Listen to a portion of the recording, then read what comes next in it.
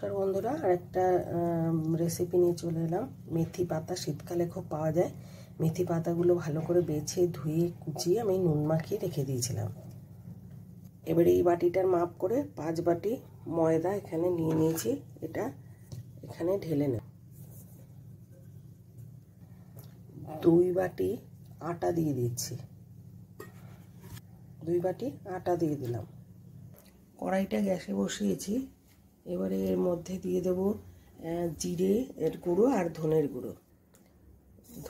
এটা হচ্ছে জিরের গুঁড়ো দিয়ে দিলাম 2 চামচ জিরের গুঁড়ো, আর দিয়ে দেব 1 চামচ ধনে গুঁড়ো। এটাকে ভালো করে নেড়ে নেব। অফ করে দিয়েছি, ভালো করে নেড়ে নেব। একটু গন্ধটা চলে যাওয়ার পর্যন্ত নেড়ে নেব। এটা আমি ময়দার মধ্যে মিশিয়ে দেব। এর মধ্যে দেব একটু আদা কুচি, একটু চিলি ফ্লেক্স, আর দিয়ে দেব স্বাদ মতো লবণ। পাতায় লবণ দেওয়া আছে বলে একটু কম দিলাম। আর দিয়ে দেব একটু চিনি। এর মধ্যে কিছুটা রাইস ব্র্যান্ড অয়েল দিয়ে দিচ্ছি। দিয়ে ভালো করে মিশিয়ে নেব। মেশানোর পরে মুঠ করে যেন মুঠ করলে যদি হাতের মধ্যে এসে যায় তাহলে মাখাটা হয়ে গেছে। আর মাখবো হলো গরম জল, উষ্ণ গরম জলে। এই যে দেখুন ভালো করে মেশানো হয়ে গেছে। এরপরে অল্প অল্প করে উষ্ণ গরম জল দিয়ে আমি ডোটাকে ভালো করে মেখে নেব।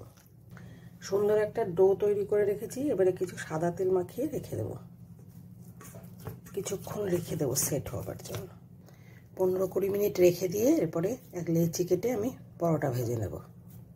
এই ময়দাটা থেকে এরকম সাইজের লেচি কেটে নিচ্ছি। নিয়ে এই যে আটা দিয়ে আটা ছড়িয়ে পরোটা গোল গোল রুটি, একটু মোটা রুটির মতন বেলে নেব। এরকমভাবে বেলে নিলাম। নিয়ে এবারে তাওয়ার উপরে দিয়ে দেবো। তাওয়াটা বসিয়ে দিয়েছি, যে তাওয়ার উপরে দিয়ে দেবো। এরকমভাবে খালি তাওয়ায় ভেজে নিয়ে হালকা তেল দিয়ে একটু এপিট ওপিট করে সেঁকে নেব। অল্প করে তেল দিয়ে দিচ্ছি, দিয়ে ভালোভাবে মাখিয়ে এপিট ওপিট করে আমি সেঁকে নেব। পরোটা রেডি। এটা চাইলে তোমরা আচার দিয়েও খেতে পারো। আমার ছেলে ভাজা দিয়ে খাবে, সাথে ডিম দিয়েছি। Breakfast ready. Thanks for watching.